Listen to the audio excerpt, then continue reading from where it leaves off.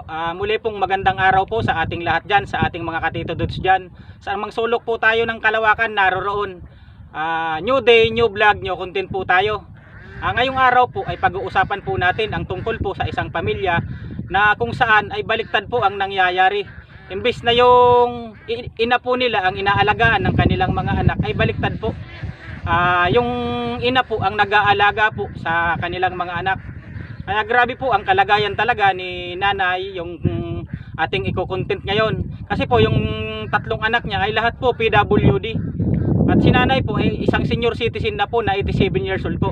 Tara na po, papasyalan po natin si nanay para po mapag-usapan natin kung ano po ang mga kailangan niya na dapat po nating maitulong po sa kanya. Tara na po. Andito po kami ngayon na nanay Senya, tapos po sa buong inyong pamilya po. Kami po ay nakikiisa po sa Team Uragon ng Partido Area po. Sa pangalan po ni Bicolanong Kalbo Vlogs. Kami po, andito po kami para iparating po namin sa inyo ang aming taus-puso pong pagtulong po sa inyo, nay. Kasi po, alam nyo naman po siguro na kumuha po kami ng ating mga kasama para po mas malakas po ang ating suporta. Kasi po once po na nakikita po namin ang kalagayan nyo po talaga, walang matigas na tinapay sa mainit na kape po, nay. Lahat ng puso po namin lumalambot. Ayun po, nay. Kaya andito po ang Team Uragon ng partido para po damayan po kayo. Ayun po.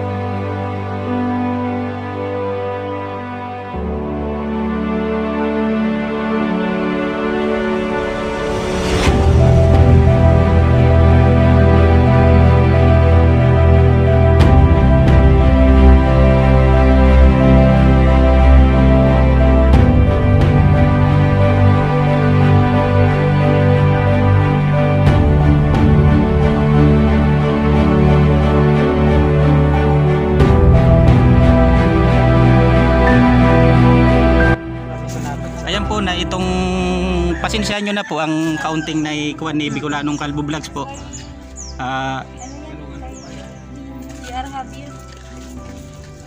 Na ilang taon na po nga po kayo ulit?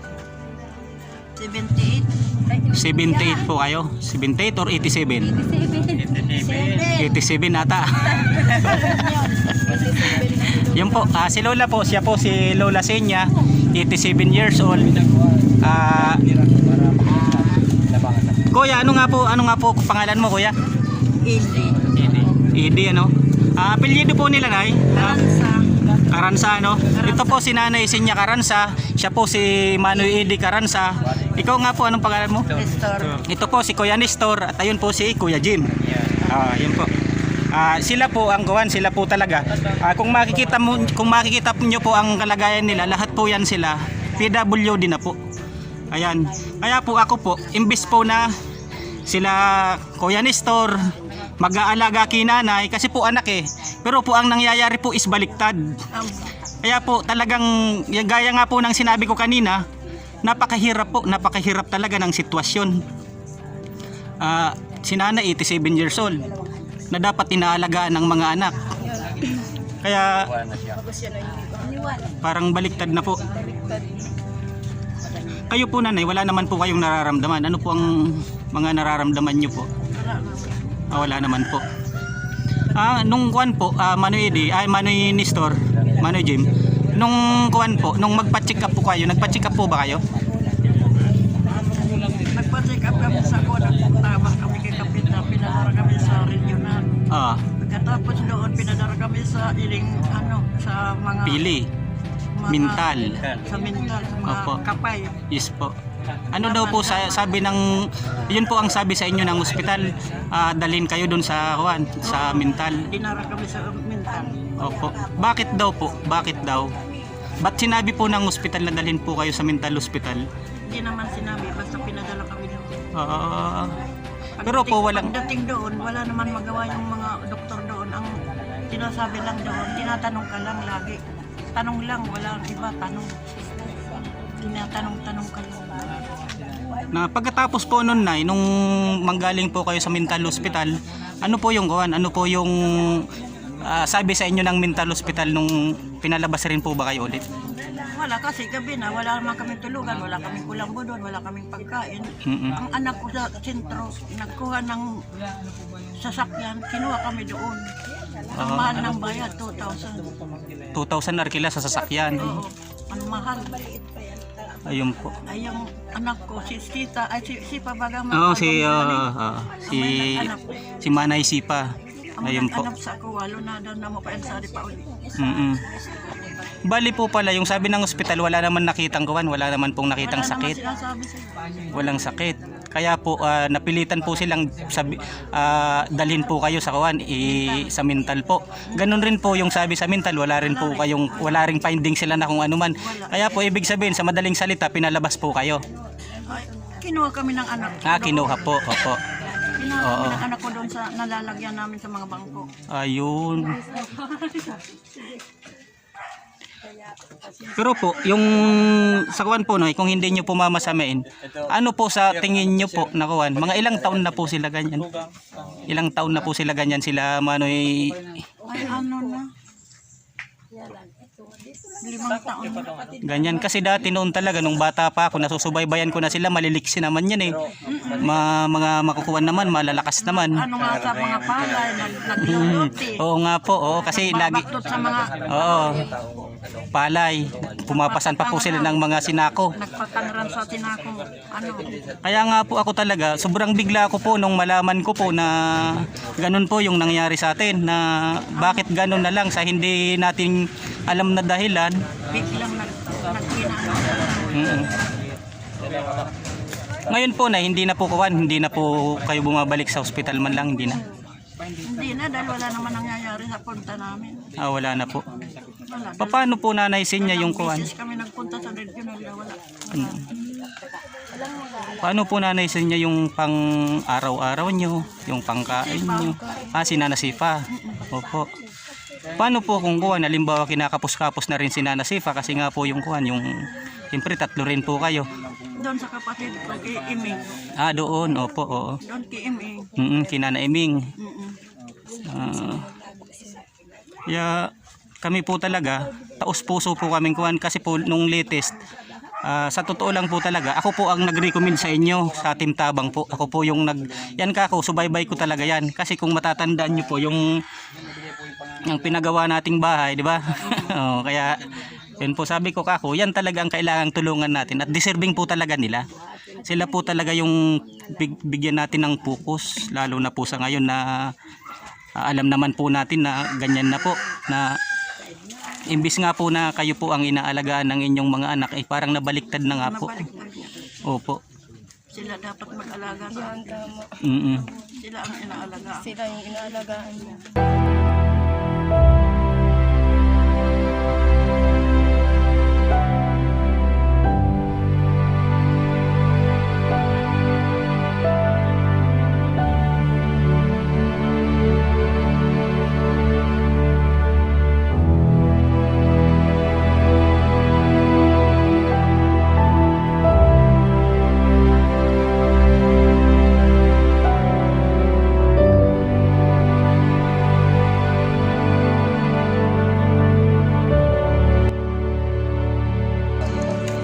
Sila po ang kuwan na mga karansa family po. Yan po si Nanay Senya. Yan po yung tatlong anak nila. Nanay, yung di ba dati, kung natatandaan ko, kung hindi po ako nagkakamali, di ba may mga pamilya yan sila? Oo. Asan na po yung pamilya nila? Ang pamilya nito nasa Albay. Nasa Albay na, hindi na po pumupunta rito? Wala nang pumupunta. Mayroon dalawa dito na iwan. Dalawang babae. Oo, dalawang babae. Yung apat na Nee. Yan, alam ko talaga sultiro. Binata yan. Kaya, Tapos Juan, mayroon siyang asawa. yan po, yan po. Dahil po nung kuwan, nung maliliit pa. nung maliliit pa, ay yan talaga maliliksi yan.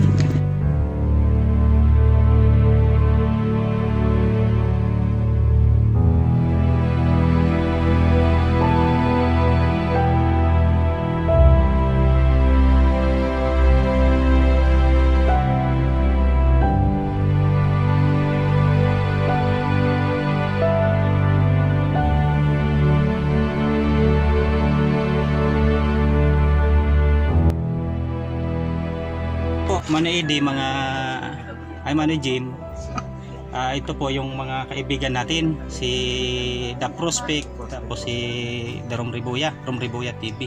Ito po, mga kasama po natin to sa Tigawon. Ito po ang mga kakulab natin para po lalo pong lumaki ang community natin. Malaki po ang tsansang matulungan po kayo.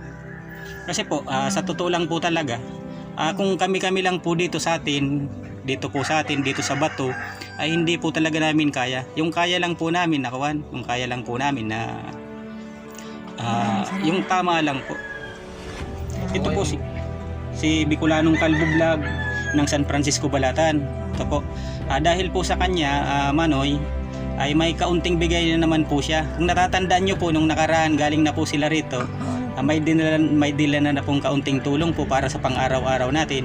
Ngayon po, at alam naman po natin na wala po talaga kayong alam ko po yung kapatid nyo, si Nana Sifa, ay pamilyadong tao rin. Kaya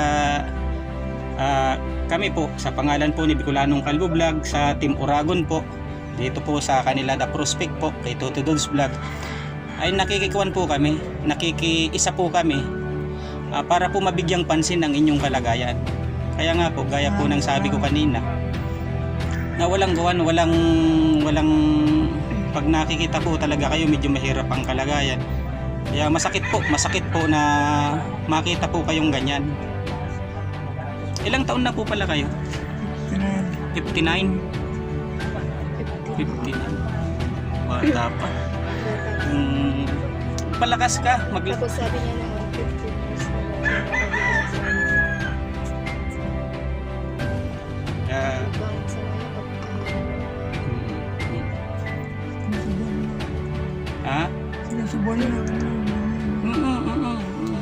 Basta sabi sa kami po ay magpatuloy po tayo yung magtiwala sa sarili natin. Gagaling pa po kayo. Hindi pa uli ang lahat. Kaya magtiwala lang tayo. Kami po sa team Bicolanong Kalbo Vlogs ay talagang grabe po, gagawin po namin ang lahat para po mabigyan kayo ng kahit kaunti man lang na tulong. Galing po sa puso namin yun. Kasi po, di ba po napakasarap tumulong kaysa ikaw ang tulungan. Kaya po yun ang kuwan namin, yun ang purpose po namin, kaya po kami naggaganito. Nagbabahay-bahay po, naghahanap ng mga kagaya nyo po na talagang deserving. Kumbaga po, kami po dito po, ginagawa lang po kaming instrumento ng ating mga kaibigan na may kakayahang tumulong. Kaya po, Manoy, kung manghihingi po kayo ng kuwan, manawagan po tayo para po maiparating natin sa kanila kung ano man po ang gusto niyo pong hingin po. Sige po, ako na lang po, bikulin mo na lang at ako na lang po magtatagalog. Sige na po. Para po iparating natin sa kanila kung anong mga gusto mo na hingin. Gamot, pagkain, or ano man po. Gamot, pagkain. Ano pa po? Di po kayo, wala pa kayong gatas, hindi na po kayo nagagatas. Nagagatas ka. Tamang-tama may may binili kong gatas doon, kuya. Opo. Bear Brand po, meron Bear po. Brand po yun. Kaya magpalakas lang po kayo. Tapos yung favorite mo pong tinapay, cracker na lang yung nabili ko. Wala kasi doon sa grocery na tinapay. Kaya Sa pangalan po ni Bicolanong Kalbo Vlogs at ni Tito Dudes Vlog po at sa Team Uragon at Team Tabang po, ay kami po ay nananawagan po sa inyong mga malambot na puso na sana po sa pamamagitan man lamang po nitong video na ito ay mabigyan po natin sila ng kahit kaunting tulong man lang po sa mga nakakasapat po dyan. Sabi nga po nila, mas maganda na pong tayo ang tinutulungan kaysa sa tayo ang mas maganda na po tayo ang tumutulong kaysa po tayo ang tinutulungan. Sorry po. Yan po. Kaya po alam ko talaga si Kuya ay nahihirapan na sa kalagayan niya, pero pilit siyang lumalaban para po maging okay na ang lahat. Yan po.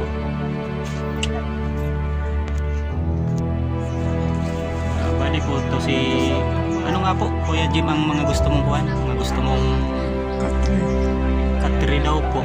Katri po, yun po yung kuhan, yung katri po yung higaan niya po, yung bid niya po. Ayan po, kasi po kung nakikita nyo ang kanyang bid po talaga sa ganyang kalagayan niya ay medyo matigas po sa kuhan. Medyo matigas po yan sa likod. Wala naman po kayong nararamdaman na sa likod nyo kapag dyan po kayo nakahiga, Kuya Manu Jim?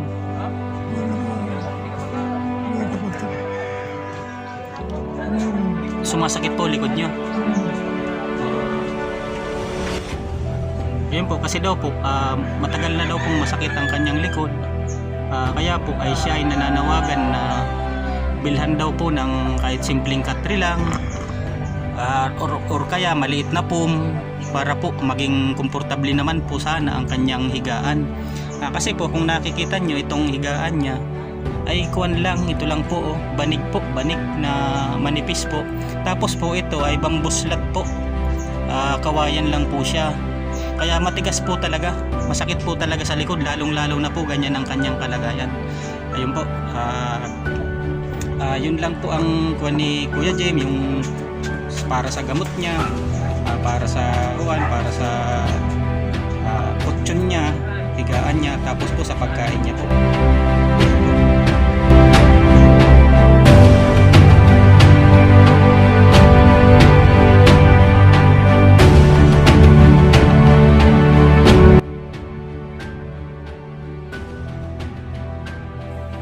Kaya kami po ay muli pong nananawagan sa may mga mabubuting kalooban dyan, na sana po ay matulungan po natin sila. Napakahirap, napakasakit sa dibdib na makita po natin ang kanilang kalagayan. Maraming salamat po sa patuloy po na nagtitiwala po kay Tito Dudes Vlog, sa patuloy pong umaantabay sa aking mga video. Patuloy lang po, wag lang po tayong bibitiw at patuloy po tayong magsasama-sama po. Sa hindi pa po pala subscriber ni Tito Dudes Vlog, pakipindot nyo na po at pakidamay nyo na rin po ng notification bell, dahil po sa isang subscribe nyo ay marami pa po tayong matutulungan.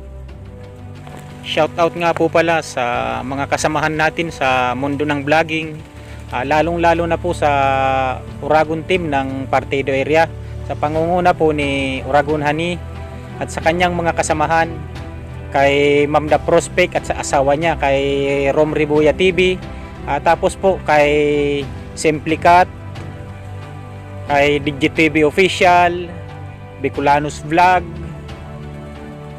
tapos po kay Teng Kabisote Official, kay Sir J.R. Rabi 2.0, at kay Ma'am Mrs. ni Oragonani. Maraming salamat po sa inyo. Maraming salamat din po sa aking mga kasamahan sa Team Tabang po, sa pangunguna po ni Angelica Talagtag, Jairami Salamuding, #Daryl Vlog, Bicolanong Kalbo Vlog, at yours truly po, si Tito Dudes Vlog po. Patuloy nyo lang po sanang suportahan ang mga nabanggit ko, para po marami pa po tayong matulungan at lumaki pa po lalo ang ating community. Nang sa ganun po ay mas marami pa po tayong matulungan na kagaya po nila Nana Senya. Maraming salamat po sa mga patuloy pong nagtitiwala sa mga charity vlogger, kagaya po ng Team Uragon, Team Tabang, tapos po kay Bicolanong Kalbo Vlogs at po kay at pati na rin po sa akin po. Sana po lagi po tayong magsasama-sama sa mga susunod kong video. Mabuhay po tayong lahat at keep safe and enjoy lang po tayo. Bye-bye!